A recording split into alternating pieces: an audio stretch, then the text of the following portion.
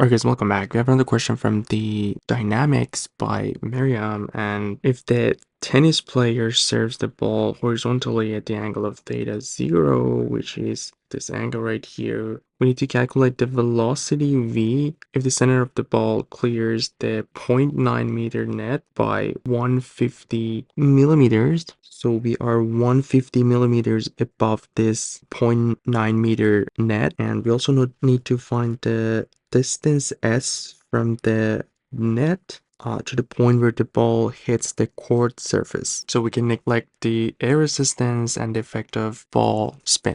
Alright, so as always, we're going to be dealing with two different motions, one horizontal and one vertical.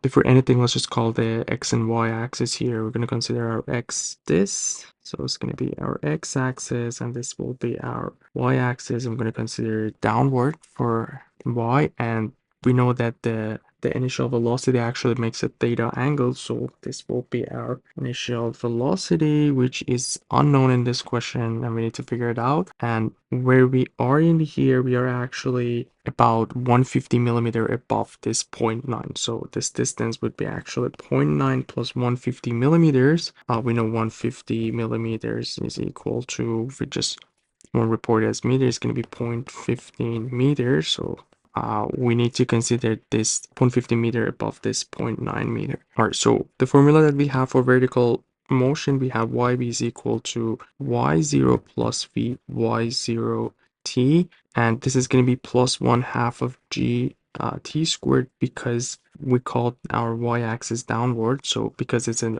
the same direction of acceleration of gravity, so we have a positive sign. So y0 is 0 because we called the origin at a, so this y0 is 0. The velocity is only in x-axis, there is no y0 velocity in y direction, initial velocity in y direction, and yeah, so yb would be the coordinates of this point, which would be basically the distance that we have in here, and that would be basically the difference of these 2.55 and what we have in here, which is going to be, so 0.9 plus 0.15 is going to be 105, so negative 105, and that's going to be our yb, and this will be equal to 1/2 of all the dimensions are meters, so our g is 9.81 meter per second squared, and that's going to be our t squared. Let's just call this t at point b, and this should give us the time that we are looking for. So let's see what we get. So we're gonna have a ratio 2 times this value, 2.5 negative 105, and in the denominator we're gonna have 9.81, and this whole thing has to be under square root, or let's just leave it like this, 0.2956, and our time would be plus or minus of this value, and obviously the negative answer wouldn't be acceptable for us. So oh, I just noticed I made a mistake in here, 2.55. It's gonna change our answer a little bit. So yeah, this is gonna be 0.3058, and now we're gonna have the square root of this answer. So yeah, our time would be 0.553 seconds.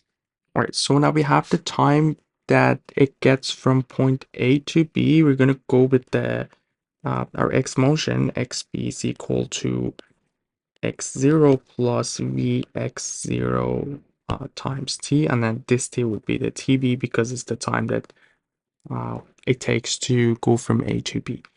All right, so x0 is 0 because we called our origin at that point. Our xb would be basically this 11.7, so 11.7 meters equal to vx0 is technically the v that we have, or the initial velocity that we called in here, because our theta is 0. So v times the t, which we found 553, and that's going to give us the initial velocity.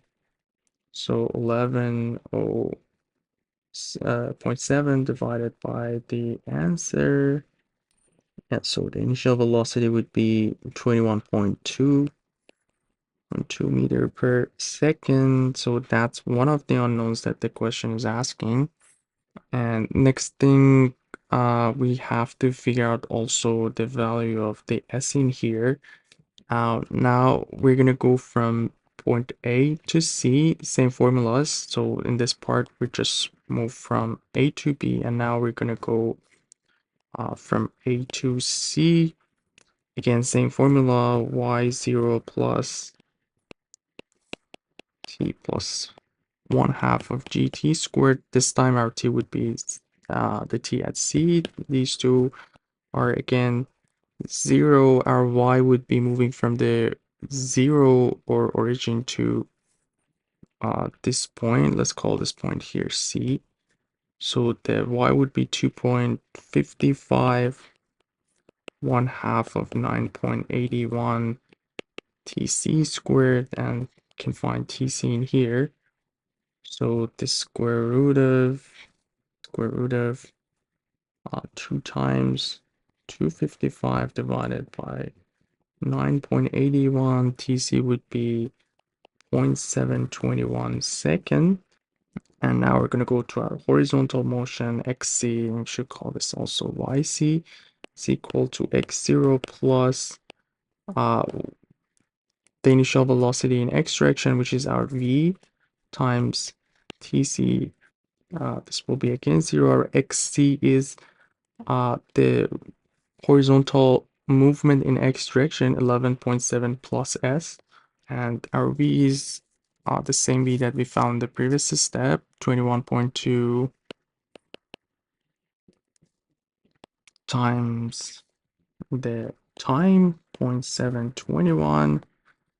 And this should give us the s. So basically 21.2 times 0.721 minus 11.7. And yeah, that's going to be 3.59 meters. The answer might be a little bit off because we kind of round up the time a little bit in here, but it's more or less what we found in here. And yeah, I hope everything was clear. Let me know if you guys have any questions. You guys take care. I'll see you in the next video. Have a good one.